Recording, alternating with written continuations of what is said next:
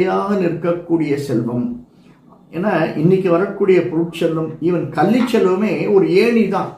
கல்வி செல்வம் என்ற ஏணியை வைத்துக்கொண்டு நாம இறைவனை அடைய பாடுபடுகிறோம். ஆனால் கல்வி செல்வம் இல்லாதவர்கள் கூட சரணாகரி என்ற தத்துவத்தை உணர்ந்து அதை செய்து இறைவனை அடைந்து விடுகிறார்கள்.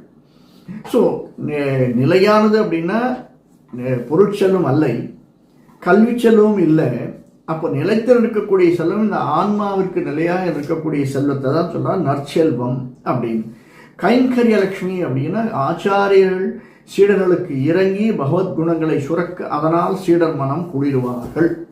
இப்படியாக சொல்லப்படுகிறது இந்த பாசுரத்தினுடைய விளக்கம். இப்போ தமிழினுடைய அழகு பார்க்கலாம். நம்ம தமிழ் அப்படின்னு நாம சொன்ன உடனே ஆண்டாளுடைய பாசுரங்கள், ஆண்டாள் பாசுரங்கள் மட்டுமில்லை, ஆழ்வார்கள் ஆராரியர்கள் அத்தனை பேருடைய பாசுரங்களுமே மிக மிக அழகாக துவனியாக வளரக்கூடியது. இன்னும் தமிழுக்கு பக்தின்னு சொல்றோம் இல்லையா, பக்தியோடு சேர்ந்து கொடுத்தவர்கள் சித்தர்கள். 11 சித்தர்களுடைய பாடல்கள் எடுத்தாலும் பக்தியோடு சேர்ந்ததாக தான் இருக்கும். அதில் ஒரு பெரிய சித்தருடைய பாடல் நம்ம ரெகுலராக பார்த்துட்டு வரோம். நிறைய பேர் இருக்கா, அதில் பட்டினத்தாரும் ஒரு சித்தராக தான் இருக்கார்.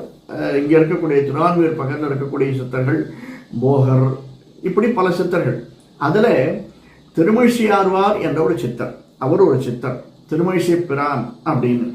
சிவவாக்கியர் என்ற சித்தராக அறியப்பட்டவர், திருமழிசை ஆழ்வாராக மிளிர்ந்தவர். அவர் என்ன சொல்றார்?